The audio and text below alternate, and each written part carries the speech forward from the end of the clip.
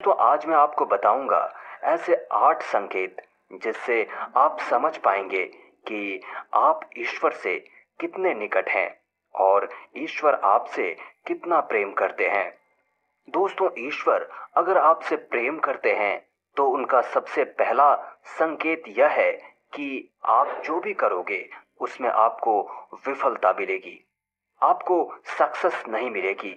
जी हाँ दोस्तों, यह सुनकर आपको थोड़ा अजीब लग सकता है, परंतु यह सच्चाई है कि आप हर चीज में अपना 100% दोगे, मेहनत करोगे, लेकिन आपको सफलता नहीं मिलेगी।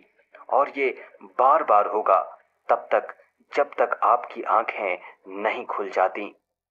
दोस्तों, दूसरा संकेत है कि आपका अपने ऊपर जो विश्वास है वह खत्म हो जाएगा। जी हाँ दोस्तों, जब ईश्वर आपके साथ होते हैं तो आपको बिल्कुल अकेला फील होता है। आप नहीं समझ पाओगे कि आपको आगे क्या करना चाहिए। आप खुद को एक ऐसी स्थिति में महसूस करोगे जहां आपकी कोई मदद नहीं कर सकता। आप किसी को अपनी परेशानी शेयर नहीं कर सकते। अगर बता भी दोगे किसी को तो उनके लिए यह बहुत छोटी बात होगी या वह इस पर ध्यान ही नहीं देंगे। दोस्तों, ईश्वर का तीसरा संकेत है आपके जीवन में दुख चरम सीमा पर होगा। हाँ दोस्तों, आपको लगेगा मानो कि इससे ज्यादा और क्या बुरा हो सकता है। आप दुख की चरम सीमा को महसूस कर लेंगे। दोस्तों, आपने महान संतों का जीवन देखा होगा। सभी अपने जीवन में बड़े से बड़े दुखों में गिरे और उनके अंदर वैराग्य आया और इस जीवन और भौतिक सुखों से आगे ईश्वर को जानने की उनके मन में प्यास जगी और अंत में उन्होंने ईश्वर का साक्षात्कार भी प्राप्त कर लिया। दोस्तों, इन दुखों से इंसान टूट तो जाता है, लेकिन इन्हीं दुखों से उसमें ईश्वर के प्रति प्रेम भी विकसित होता है। वह यह समझ जाता है कि संसार में सारे सुख नहीं हैं, कुछ ऐसा है जो इस संसार से परे है और वह शायद ईश्वर ही है। दोस्तों, ईश्वर हमें सबसे पहले हारना सिखाते हैं, क्योंकि जब तक आप हार को नहीं समझेंगे आप जीत को भी नहीं समझ सकते हो। दोस्तों, चौथा जो संकेत है वह है जब आपकी सारी उम्मीदें टूट जाएंगी तब आपके भीतर एक इनर सर्च शुरू होगी, यानी एक अंदर की आपके भीतर की खोज शुरू होगी। इससे आप खुद को ही परखोगे, अपनी कमियों और खामियों की जड़ तक जाने का प्रयास करोगे। आपने जीवन में जो कुछ भी खो दिया है या जिसमें भी विफल हुए हो, आप उसका कारण ढूंढोगे, आप खुद से सवाल करोगे। दोस्तों, यही वो वक्त होता है जब आप खुद से अपनी अंतर आत्मा से जुड़ने लगते हो और आपके जीवन में एक नया बदलाव आता है। दोस्तों, पांचवा संकेत है कि आपके जीवन में आपके कैरेक्टर या चरित्र में बदलाव होगा। दोस्तों, जब आप खुद से जुड़ने लगते हो तब आप खुद को और अपनी खामियों को समझने भी लगते हो। इससे आप खुद को बदलना और तराशना शुरू कर देते हो।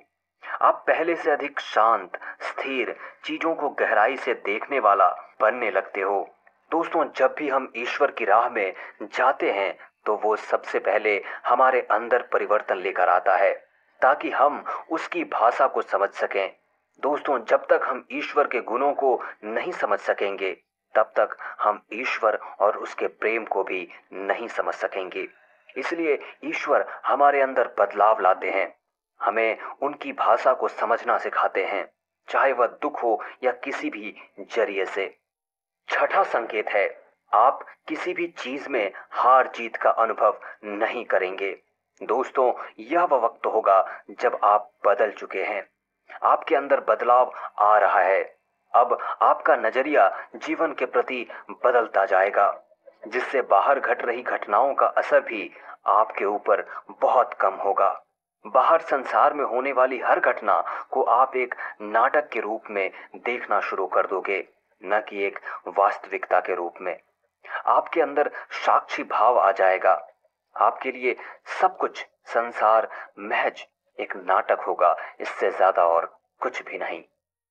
दोस्तों, सातवां संकेत है जब आपको यह महसूस होने लगेगा कि आप ईश्वर के बहुत निकट पहुंच चुके हो उसी समय आपके जीवन में सबसे बड़ा झटका लगेगा। दोस्तों, यह ईश्वर की सबसे कड़ी परीक्षा होती है। यहाँ आपके विश्वास, आपकी बुद्धि, हर चीज तौली जाएगी। जो कुछ भी आपने अभी तक अपनी यात्रा और साधना के द्वारा सीखी है, इस वक्त आपके जीवन में ऐसी ऐसी परेशानियां, दुख आदि या इतना सुख, ऐसो आराम आ जाएगा कि आपको वाकई लगेगा कि ईश्वर तो कुछ भी नहीं है, वह केवल एक झूठ है, एक छलावा है।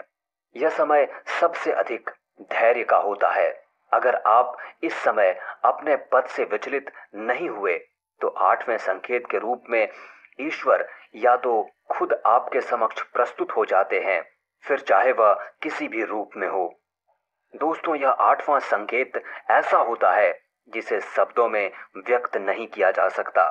इस स्थिति में पहुंचने पर आपके मन में लेश मात्र भी संशय नहीं रह जाएगा कि ईश्वर आपके साथ नहीं है। आपको हर पल ईश्वर का और उनके आपके साथ होने का एहसास होगा। आप इस अनुभूति को पाकर मदमस्त रहेंगे और आपको ऐसी शांति और आनंद